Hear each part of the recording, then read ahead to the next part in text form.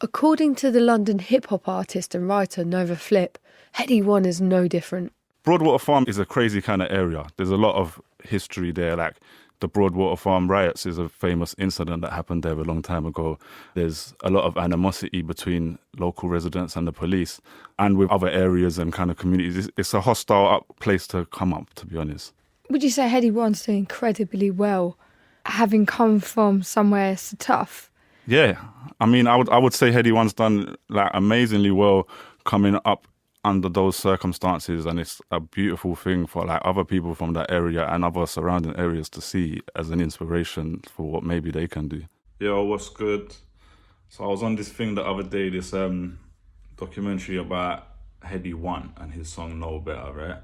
On BBC Radio 4. I've been meaning to kind of touch on it, so I thought I'd just make a little video talking about it. Yeah. Basically, BBC hollered at me. They wanted me to speak on this documentary, and they were explaining that it's about Headie One and his song "Know Better" and a string of murders that happened between Tottenham and Wood Green following that song and around that time. I didn't want to do it at first, and people who know me will know I talk about music being blamed for violence a lot. Like I've been on TV bare times talking about it. I talk about it on my own shows and platforms and social media and that, and I'm not a fan of it. Like I defend the music venomously most of the time. And I could kind of tell from talking to them that their angle, like I didn't feel like I was gonna get to put that side across. It felt like they were saying they just want me to talk about the song "Know Better" as a music journalist and like what impact it had on Headie One's career, and how big it got him as an artist and how big he is now. And they kept saying they don't want me to speak on the actual debate, and I was kind of, because I was raising like concern, like I don't really like this debate, like I kind of, and they kept saying, "Oh, we don't want you to talk on that as if it was gonna make me feel better." And I was kind of like, "No, I like to talk on it. Trust me, like I talk on it, but boom, boom, boom, like I'm gonna come from this angle, But yeah, they were like they didn't want me to talk about it. Basically, in the end, I did it in the end. I kind of warmed to the idea, and through my conversation with them, felt more comfortable, and I was much more happy with how it came out than I thought I would be. And in the end, it's only got a couple clips of me talking. But one of them, importantly, is me saying that Headie One has created a great career for himself, and that it's a great thing that someone from where he's from can come and have this music career and be an inspiration to people from where he's from and from places like where he's from, and do something different with his life, and that's a wonderful thing. So I'm glad that got across. But on the whole debate, like this whole like researching this and just recent like research and things I've been following with drill music has got me thinking like that this is the first time one of these kind of subgenres of hip hop is being blamed for violence, where there's more of like the very clear link, where there's people are speaking about a specific incident that's happened in real life, and we can kind of see it. Maybe it's one of the first times we've had it over here so much, like so prominently, or where a threat can be made and then an actual incident happens. But to me, it still kind of proves that the music is not the catalyst. I let people go listen to the documentary themselves. Like I'll probably put it in my link in my bio and that. But something happened to Headie One, where he was filmed, some guys trying to move to him, and that went online, and then supposedly someone's been shot, right? And then the song comes out, and supposedly the song's alluding to the shooting and to the incident that happened to him.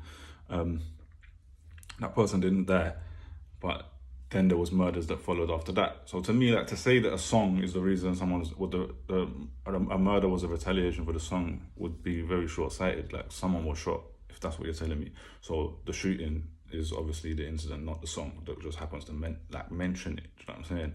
But it shows that this stuff's going on, and it shows a direct line of this stuff's happening, and it's being documented in music because these people are in this world, and or there's people close to them that are, and it's what they're seeing around their environment, and they're talking about it in music. Like, why wouldn't you? And they're doing creating music that is creating a career, and then they're doing something positive with it. Like, he played Glastonbury. There's loads of stuff we got to touch on in the documentary that didn't come out. I was talking about how Drake started taking his ad libs when he done his Link Up TV freestyle. Drake's like, copying the Headie One's ad lib, and like people are saying Drake's copying his flow and his song War as well. Like, he's having a big impact as an artist, and loads of other people like him are gonna get to do that now. Like, that's sick. That is fucking sick. Like, I can only like celebrate that. But like, there are levels to it where I'm like, yeah, that's too much. Like, there's songs that came out to do with these specific murders. One of the specific murders in this documentary, there was a song that came out that's mocking one of the victims, one of the kids who died. So, like, to me, that's a waste man thing, of course. Like, as a community, we should already know that, like, that's a waste man thing. Like, I don't need the police or YouTube to tell me to ban that. Like, that's an idiot thing. Like, what man are like, kind of, mocking people and like having their families have to go through that. That's unacceptable, of course. Yeah, and it is a sad state of affairs. It is a really, really, like, it just makes me look at why these young people are going through this. Like, why is there so much violence right now and so many killings happening with young people? And I've come to the conclusion that, and the fact that they talk about it in music, like, they don't care, like, they're down to snitch on themselves and go to jail. Like, where Headie One's in jail now. Like, not that I'm putting him into that boat, because he's obviously got a successful career. He's in jail for a knife, which maybe in his circumstances he feels that he needed that. That's, like I said, the same thing about Jay Huss. That can be a fear thing. Like, I can't judge man for that, but like, these kids, like, a lot of them, and then one of his other boys, I think SJ his name is, they didn't put this into the documentary, but there's another murder that happened after. He's just got 21 years for. And I look at it and I think, these young guys, like, they don't care about their life. Like, literally, they're at a point where life is just not important to them. They don't mind dying or going to jail for the rest of their life. Like, they seem to be really fully willing to do that. Like, and on the basis of warring over ends and all of that kind of thing. That's mad. That is mad, and I don't know the answer to helping them fully. Like, but I think the fact that they care about music as one thing is something that we should definitely not, like, stop encouraging. I think something during when I did do the interview, I did end up speaking about a lot of interesting things that they didn't include, and I think, just to elaborate on what I kind of said already, there's an important element where I was like looking at, their background, this specific background of Headie One and this group, like of OFB, right? So that's kind of, I think that's right. That's his movement and that, yeah. From Broadwater Farm. So I'm like, these men come from, where there was the Broadwater Farm riots, which is, that community and the police clashing with each other because the police are fucking with them. Like, and the police fuck with them. Like, if you know anyone who's from that area, like, trust me, they will tell you the police fuck with them. Like, and the police fuck with anyone connected with that. And like, it's like when you're, and there's a lot of other areas where it feels like that as well. People are just like, the police are not here to help you. They're here to persecute you, even when you're innocent.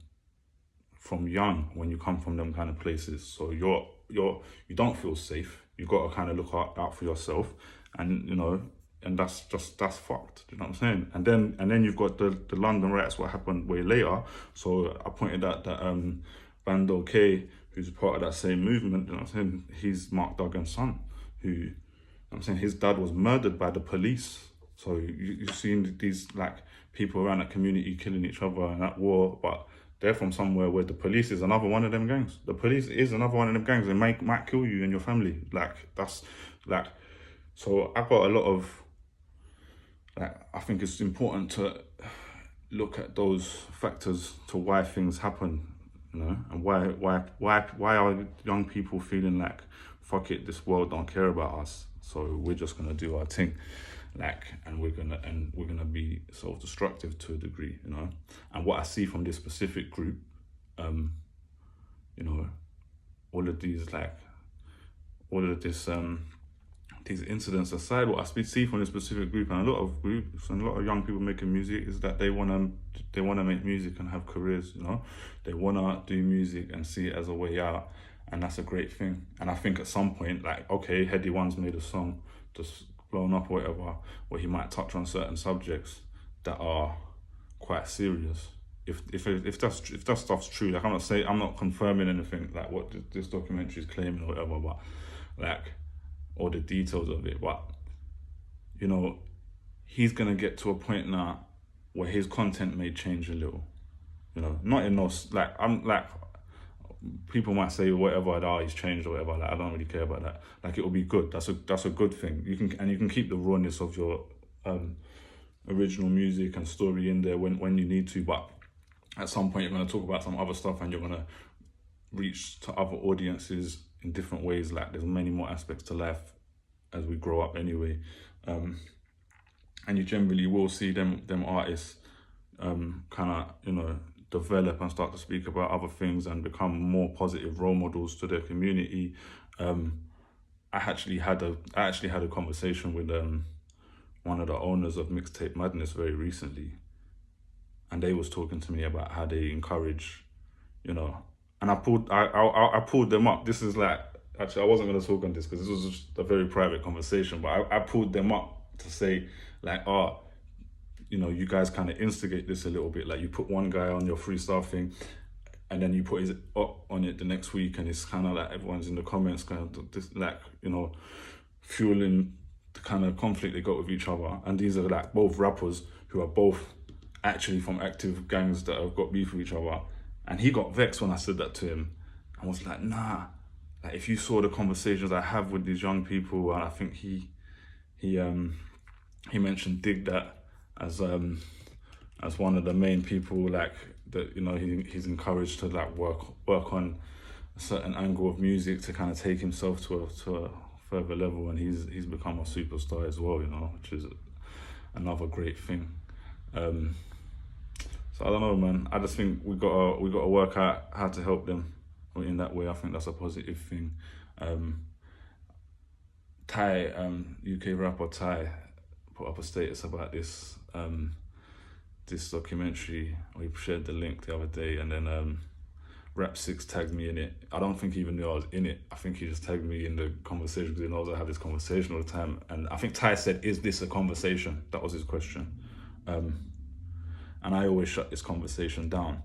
And I think, you know, with these specific incidents and this current climate of drill music, it is a conversation. And I'm coming to accepting that it is a conversation, but I don't want it to be a conversation run by them, like as in the BBC and like people outside of our world who don't understand that these young people and what they're going through.